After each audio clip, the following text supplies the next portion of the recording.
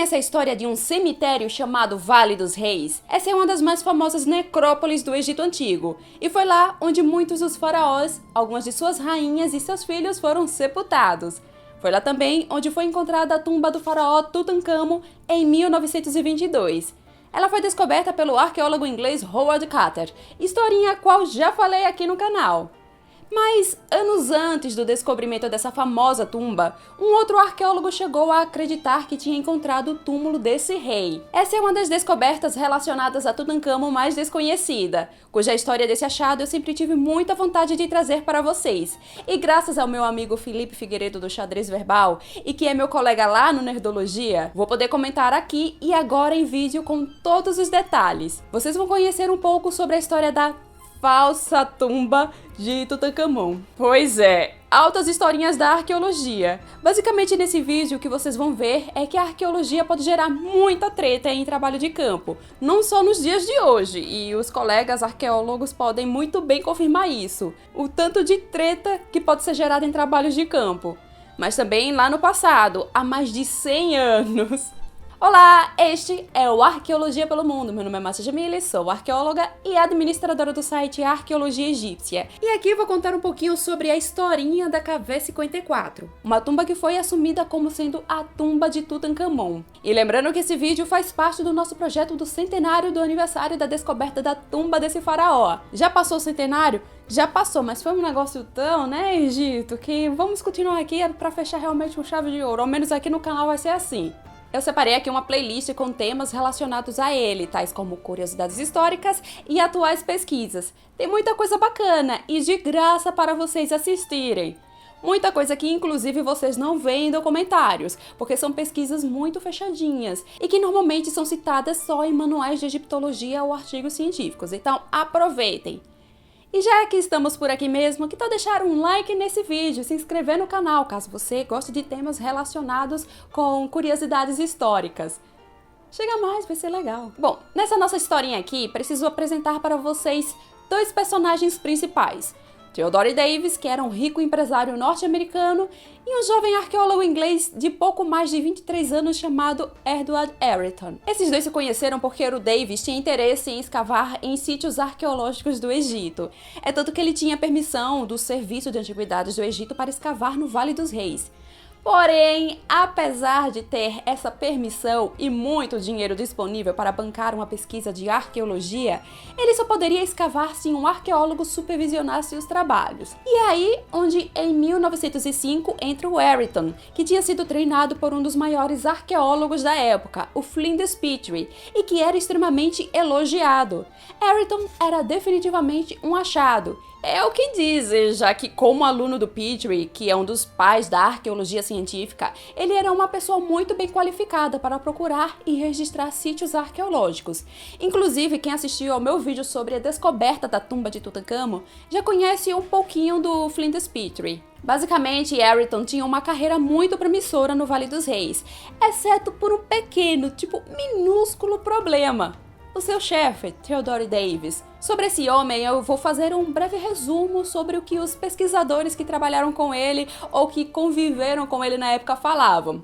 Seguinte, eles diziam que o Davis era pavio curto, queria fazer tudo da forma que bem entendesse, totalmente mandão e arrogante. Além do que nós chamamos aqui na minha terrinha de muito do conversador. Ele adorava ficar de conversa, tentando demonstrar sua grandeza. E vamos lembrar que de um lado temos esse rico empresário muito experiente e do outro temos um jovem acadêmico dedicado ao seu trabalho. Ayrton era muito apaixonado pela pesquisa do Egito Antigo e ambos viveram em uma época em que direitos trabalhistas ainda eram novidade. Ainda mais quando a gente fala sobre o campo acadêmico, ainda mais relacionado com algo tão nichado como é o estudo do Egito Antigo. Mas é claro que algo assim ia dar errado. Assim que começou a trabalhar com Davis, o Ayrton foi viver em uma casinha perto do Vale dos Reis. Isso ia diminuir o tempo que ele levaria se deslocando de uma pensão até o vale, e ele não precisaria acordar tão cedo assim para chegar às 6 horas da manhã no Vale dos Reis, que era o horário habitual que ele iniciava seus trabalhos. Porém, apesar de ser um bom arqueólogo, muitas das coisas encontradas pelo Ayrton não foram bem registradas, se limitando a etiquetas como temporada e o ano em que aquela escavação foi feita, ou seja, algo como temporada 1905, por exemplo. Ok, eu rasguei elogios a ele falando que ele era um bom arqueólogo, mas por que ele fez um registro tão pobre como esse, desses artefatos que até hoje muitos estão anônimos? O que se acredita é que ele de fato tenha mantido um caderno de registros com muitas coisas interessantes que encheriam os nossos olhos e contaria muito mais sobre a história do Vale dos Reis. Porém, o chefe dele, Davis, tinha zero interesse em pequenos achados. Ele queria saber era de tumbas. Inclusive, o Davis mal deixava o Ayrton escrever nas publicações dele sobre o Vale dos Reis, dele no caso Davis. Basicamente, ele estava anulando a participação e os feitos do arqueólogo. Eu já cheguei a ler uma dessas publicações por conta de uma pesquisa que eu estava fazendo sobre um artefato bem específico. E de fato, muitos trechos são bem genéricos. Não contam muita coisa. É um negócio meio desesperador, confesso. Bom, em dezembro daquele mesmo ano, após muitas escavações e pequenos artefatos pobremente registrados, ele finalmente encontrou uma tumba para o seu chefe patrocinador. Era a tumba do faraó Septá, da 19ª dinastia, cuja múmia era conhecida e estava em exposição no Museu Egípcio do Cairo há muito tempo.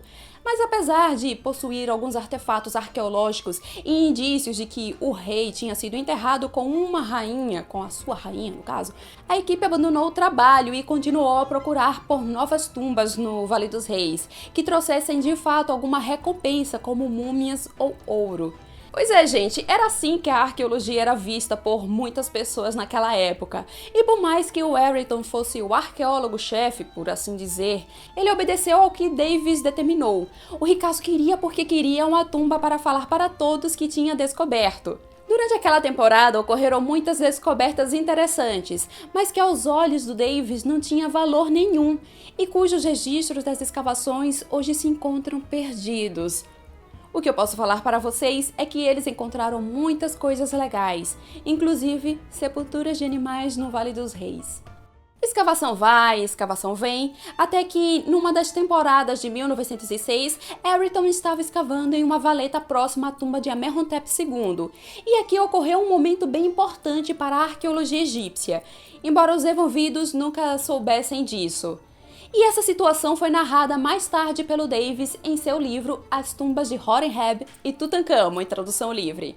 Ele escreveu o seguinte: enquanto cavava perto do sopé de uma alta colina no Vale dos Túmulos dos Reis, minha atenção foi atraída para uma grande rocha inclinada para o lado, e por algum motivo misterioso me interessei por ela. E ao ser cuidadosamente examinada e escavada pelo meu assistente, Sr. Ayrton, com as próprias mãos, a bela xícara azul descrita no catálogo do Sr. Darcy foi encontrada. Eu simplesmente me arrepiei na primeira vez que li isso, porque é aqui, minha gente, onde temos o primeiro registro da existência de Tutancâmon no Vale dos Reis. Se vocês assistiram ao meu vídeo sobre a descoberta da tumba de Tutancâmon, vocês viram uma ilustração dessa taça de faiança e sobre como ela tem hoje uma importância simbólica para a descoberta da tumba de Tutancâmon. Porém, esse vídeo aqui não é para falar da verdadeira tumba de Tutancâmon, aquela que foi encontrada praticamente intacta pelo arqueólogo inglês Howard Carter, mas sobre a falsa. E estou exagerando em falar falsa. O certo seria por engano. O que nós sabemos sobre os poucos registros da época é que a taça foi encontrada enterrada a uns 3,5 metros de profundidade e que tinha sido colocada cuidadosamente sob a grande pedra. E nós sabemos que pertenceu ao Tutancâmon porque tem o nome dele, o nome de nascimento dele, o Nebi-Khepri-U'ra. E esse tipo de artefato era utilizado para colocar bolinhas de natrão, que é um tipo de sal que era utilizado durante a mumificação. E que nesse caso aqui, da taça, ela era utilizada durante um ritual que chamamos de abertura da boca. Possivelmente essa taça foi utilizada durante o próprio funeral do Tutancâmon. e que após o rei ter sido sepultado, ela foi escondida nessa área do vale. E algo assim pode parecer bem estranho para alguns de vocês, mas no contexto da arqueologia egípcia não é tão esquisito assim, já que de acordo com a antiga tradição dos egípcios, objetos utilizados durante os rituais do enterro deveriam ser enterrados longe da sepultura. Vocês vão entender isso aqui mais ou menos já já. Mas vem cá, vocês estão gostando dessa história? Então que tal se inscrever aqui no canal? Aqui apresento histórias curiosas sobre o nosso passado, e não raramente de uma perspectiva diferenciada. Por exemplo, sabiam que eu discuti aqui sobre como populações do passado entendiam o ato de sonhar, usando como ponto de vista a série Sandman da Netflix? É um vídeo bem bacana, por favor assistam. E deixem like nesse vídeo aqui, é muito importante. Se inscrevam e deixem like. Dá pra vocês fazerem ambos agora. Daqui, vamos dar um salto para o ano de 1909. Aqui entra um homem chamado Harold Jones, que passou a fazer parte da equipe de arqueologia de Davis. Ele chegou para trabalhar como desenhista, mas depois passou ele mesmo a supervisionar algumas escavações arqueológicas. Ele foi escavar próximo da tumba de Amenhotep II e acabou encontrando a entrada de uma sepultura muito simples que estava cheia de lama, o que significava que ela tinha sido invadida por chuvas no passado. Lá dentro, em meio à lama dura e antiga, ele encontrou uma caixa quebrada.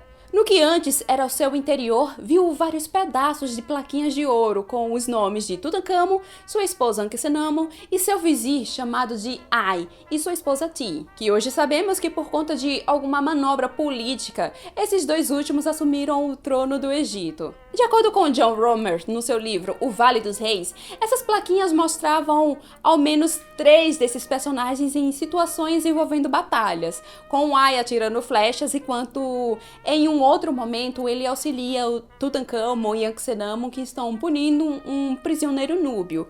Pelo restante da tumba tinha mais plaquinhas de ouro.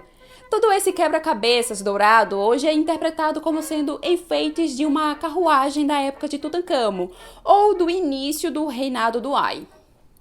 Não sabemos. Sobre essa descoberta temos um interessante registro escrito por Jones sobre o Davis, e aqui dá para ter uma pequena ideia do que ele achava do seu chefe. Olhem só! O prazer de escavar é prejudicado pela interferência de Davis, geralmente a inexperiência ignorante da natureza das coisas e dos trabalhadores. Ele é velho e eu poderia quase dizer estúpido às vezes, através de sua arrogância teimosa. No entanto, acho que o que me dá menos trabalho e mais prazer para ele é ceder a ele e deixar o trabalho sofrer. Gente, imagina o ambiente agradável que era trabalhar no Vale dos Reis nessa época. Essa descoberta de 1909 trouxe mais indícios da existência de um tal de Tutankhamon. Mas vamos agora retornar para 1907, um ano em que Ayrton descobriu algo incrível sobre o Tutankhamon, mas ele não saberia o quanto. Sobre o que aconteceu, o próprio Davis nos conta ainda em seu livro. Poucos dias depois, encontramos uma cova, a alguma distância da tumba, cheia de grandes vasos de barro contendo o que parecem ser os restos de uma tumba, com coroas de folhas e flores secas e pequenos sacos contendo uma substância em pó. A tampa de um desses jarros havia sido quebrada e enrolada nele havia um pano no qual estava escrito o nome de Tutankhamon. Essa pequena sepultura foi denominada como KV-54. O KV é Kings Valley, Vale dos Reis, e o número é a ordem de descobertas das tumbas. Naquele ano de 1907, ao olhar as descobertas anteriores de uma taça de faiança e plaquinhas de ouro, e agora esses jarros, o Davis deduziu que tinha acabado de encontrar o que tinha sobrado da tumba de um misterioso faraó chamado Tutankhamon. Misterioso porque praticamente não se sabia muito sobre ele. Vamos lembrar que hoje Tutankhamon é amplamente conhecido por conta da descoberta de sua tumba em 1922, mas estamos falando de 1907, quando ele era uma figura praticamente desconhecida. Ele estava ausente nas listas reais de faraós, já que o seu nome tinha sido excluído no passado por seus sucessores. Uma longa história, a qual estou preparando um roteirinho aqui para o canal. Davis era o cara que queria encontrar tumbas notáveis, e aqueles vasos não pareciam encantadores o bastante para ele se exibir para os seus contatos. Sobre essa parte aqui, eu não estou exagerando, ele realmente queria ficar se exibindo. E foi o que ele planejava fazer quando levou esses vasos para casa e foi abrir na frente do cônsul-geral britânico do Cairo. Quando ele abriu o primeiro vaso, deu logo de cara com uma pequena máscara de múmia feita de ouro. E isso o empolgou tanto que ele correu para mostrar mais coisas para o seu ilustre visitante. Ele então passou a abrir os outros vasos, na esperança de dar ao seu convidado uma perspectiva de uma descoberta arqueológica emocionante, e com a possibilidade de encontrar mais joias antigas. A velha história do fetiche pelo artefato, que de vez em quando eu comento aqui para vocês no canal. De levar em consideração o valor financeiro do artefato, o quanto a descoberta pode ser chamativa, e não de fato a história que ele pode contar, a história das mãos que o construiu. E para o azar do Davis, é que aquela máscara foi o único objeto de valor que ele encontrou, e isso o deixou pirado.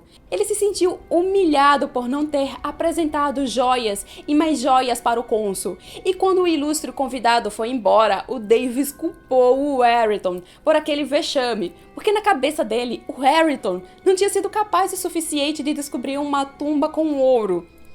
Sabe, eu não quero imaginar como foi aquela noite para aquele jovem arqueólogo. De jeito nenhum. Ok, Davis estava muito decepcionado, mas acreditava fielmente que tinha encontrado a tumba de um tal de Tutancâmon, e estava tão certo disso que ele, em sua publicação sobre as escavações, ele anunciou a descoberta do túmulo desse rei, com direito a uma pequena biografia deste governante. Já aqueles jarros, Davis os considerou sem valor, é tanto que os largou dentro de um depósito de sua casa no Vale dos Reis, e os deixou de lado. Precisou que tempos depois, aquele homem chamado Harriet Jones chegasse para ele e falasse para oferecê-los à exposição do Museu Metropolitano de Artes de Nova York, que estava trabalhando ali nas redondezas, na área de Deir el-Bahari. A questão é que durante a abertura dos vasos, na presença do cônsul, estava presente também um arqueólogo chamado Herbert Winlock, que olhou o que tinha lá dentro e fez Winlock também não achava que aquilo era grande coisa, mas era como se algo dissesse para ele que seria interessante levar esses jarros para os Estados Unidos. E nem foi necessária tanta insistência assim. Davis simplesmente doou 6 desses vasos em 1909 para o Museu Metropolitano de Artes, onde se encontram lá até hoje. E é aqui onde eu preciso fazer uma pequena pausa nessa historinha e entrar na minha historinha. Eu acho que já está mais do que claro que Davis não encontrou a tumba de Tutancâmon, mas acabou registrando o local errado como sendo a tumba dele. A tumba de Tutancâmon foi encontrada em 1922, isso é fato. Os artefatos de Tutancâmon hoje estão parte no Museu Egípcio do Cairo e a maior parte no Grande Museu Egípcio. Porém, eu há anos conhecia a história desses achados do Davis e o quão pouco ele é comentado. O Davis, apesar do desdém com que tratou esses jarros, tinha descoberto os restos da mumificação do faraó Tutancâmon. É isso mesmo que vocês ouviram. Ele estava na frente e tinha tocado no equipamento funerário do rei, que poucos anos mais tarde se tornaria famoso em todo o mundo. Mas o Davis estava tão cego pelo ouro que nem percebeu isso. Como eu disse, eu já conhecia a história dessa descoberta e era simplesmente apaixonada por ela. E para minha sorte, meu amigo Felipe Figueiredo viajou para Nova York por conta de um evento do YouTube. E ele me mandou mensagens de lá do Museu Metropolitano de Artes perguntando se eu queria que ele tirasse foto ou filmasse alguma coisa. E quando eu soube disso, eu pensei logo, eu preciso de imagens do que foi encontrado nesses vasos. Não que eu nunca tenha visto o que foi encontrado, tem as fotos disponíveis no site do museu, mas outra coisa é ver ali em exposição. Eu não sei, é como se tornasse as coisas mais reais. E o Felipe me mandou as imagens. No início do século XIX, quando os jarros chegaram ao museu, os seus conteúdos foram catalogados cuidadosamente, coisa que Davis claramente não fez. Lá dentro tinham algumas peças feitas com materiais orgânicos, algo que é extremamente raro na arqueologia, especialmente quando falamos de datações acima de 2000 anos. Um dos artefatos mais notáveis foram os colares feitos com flores, que estavam em tão perfeito estado de conservação que parecia que só tinham alguns dias de feitos, mesmo tendo sido elaborados há mais de 3000 anos. Também estavam vários saquinhos com natrão, que eram utilizados na mumificação. O museu guardou tudo isso, mas foi somente 15 anos depois que Herbert Whitlock percebeu a importância daquele achado. A verdadeira tumba de Tutancâmon tinha sido encontrada, então se Carter tinha encontrado, de fato, a tumba do rei, inclusive a múmia do rei, então o que eram aquelas coisas que o Davis tinha tão fervorosamente desdenhado? Ao reanalisar os achados daqueles vasos, olhando os selos de argila quebrados, as inscrições nos antigos panos, restos de bandagens de mumificação, restos de natrão, aqueles colares de flores e inclusive uma faixa de cabeça que apontava o ano 6 e 8 do reinado de Tutancâmon, foi aí que ele percebeu que aquilo tudo ali foi utilizado na mumificação de Tutancâmon. Até os panos que foram utilizados para limpar o cadáver do rei estavam ali. Herbert Whitlock acabou se lembrando que na casa do Davis tinha ficado uns pedaços de blocos feitos de calcário, e foi quando ele percebeu que aqueles blocos foram utilizados como laje para repousar o corpo do rei durante a mumificação. E não só isso, ao analisar esses objetos, foram identificadas peças utilizadas pelas pessoas que participaram do funeral, a exemplo de uma faixa de testa, que um dos participantes utilizou e deixou por lá. Na época da descoberta desses vasos, alguns dos maiores foram quebrados pelo próprio Ayrton durante a descoberta, mas quando foram restaurados em Nova York, foi notado que se tratava de uma coleção de pratos para comida e jarras para vinhos e cerveja. Isso por si só já é incrível, mas ainda tinham mais coisas legais nessa descoberta. Foram encontrados restos de comida nesses pratos. Hoje se sabe que eram carnes de carneiro e algumas aves, a exemplo de patos e gansos. Já sobre os colares de flores, hoje só existem 3, e eram feitos com galhos de oliveira e flores de centáurea azul. Originalmente, provavelmente eram 6, mas os demais foram rasgados por Davis durante as exibições para convidados em sua casa, para mostrar para o seu seleto público o quanto eram resistentes. Sem saber, ele destruiu parte do que os convidados para o funeral de Tutancâmon utilizaram durante os rituais de despedida de um ente querido. O que as pesquisas de arqueologia apontam, ao analisar esses jarros, é que basicamente os convidados para o funeral de Tutancâmon tinham se reunido nas proximidades e realizado um banquete em homenagem ao falecido. Isso era bem comum no Egito Antigo, este ato simbólico de realizar um banquete antes da despedida. E quando falamos sobre o enterramento de um rei, temos esse funeral sendo realizado e tudo que os convidados utilizaram eram reunidos, colocados em um vaso e enterrados longe da tumba. Até mesmo as vassouras que foram utilizadas para limpar tudo ao final foram colocadas dentro dos vasos. Os motivos de se fazer tudo isso longe da tumba era não contaminar a existência do morto no momento do seu funeral. Ao final daquele banquete, tudo tinha sido colocado com cuidado dentro dos jarros, fazendo parte do ato de despedida de Tutancâmon. Também foi possível distinguir que 8 pessoas provavelmente participaram daquela última despedida. Os próprios registros arqueológicos, através de representações em ilustrações de paredes, mostram um pouco como eram esses pequenos banquetes. Neles, os convidados acreditavam que o próprio ente querido falecido estaria presente para aproveitar aquele último momento com sua família e amigos. Alguns daqueles objetos que foram vandalizados por Davis e tratados com tanto desdém por ele, muito certamente foram utilizados pela própria rainha Anck-se-Namun. Davis, sem querer, acabou patrocinando uma grande descoberta arqueológica, mas a sua ganância pelo ouro não o fez enxergar isso. Ele continuaria por alguns anos a patrocinar pesquisas no Vale dos Reis, mas não mais com Ayrton ao seu lado, que após poucos anos não queria estar mais nessa vida isolado no Vale dos Reis, suportando Davis. Ele pediu demissão em 1908 e naquele mesmo ano abandonou a egiptologia para sempre. E Davis, ele não parece ter se comovido nem um pouco, já que ele escreveu o seguinte sobre o rapaz para um amigo arqueólogo. O elemento perturbador passou. Sem dúvida, o céu ficará mais brilhante. Davis duraria mais alguns anos no vale, abandonando a necrópole em 1912, quando inclusive escreveu sua célebre frase: "Temo que o Vale dos Túmulos esteja esgotado". E como falei várias vezes nesse vídeo, 10 anos depois, a tumba de Tutankhamon foi encontrada. E eu sei que vocês estão se perguntando qual foi a reação do Davis, mas não teve reação nenhuma, já que ele faleceu em 1915.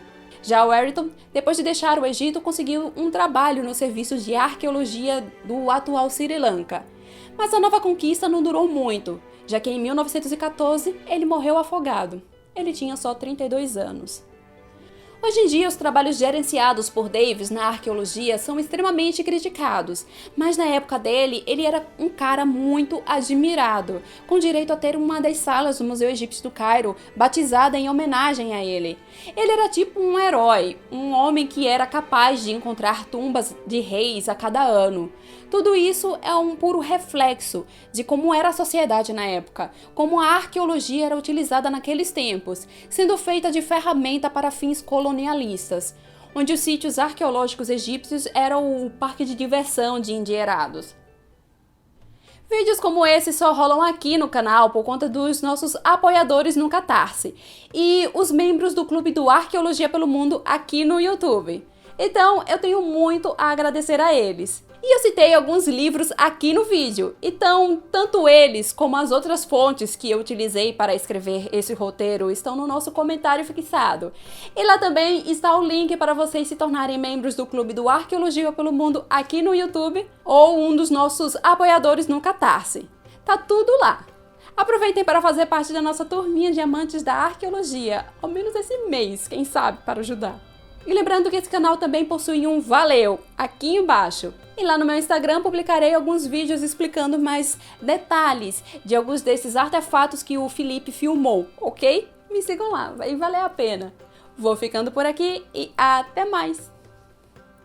Ah, uma curiosidade final! Eu não falei do jarro azul lá com o nome Nebuchadnezzar? Então, é esse nome aqui, ó, que tá na minha tatuagem. Tchau! Sim, tô gravando, meu amor. Depois, eu vou assistir seu vídeo que tá fazendo. Ah, obrigada. Chega aqui do lado, você não vai aparecer na câmera, não. Eu vou... Quando o Renato tiver carregado, eu assisto. Tá bom. Que camiseta linda da Mulher Maravilha. Mas olha, tô gravando. Tá, vai lá pra te acabar, porque tá muito quente.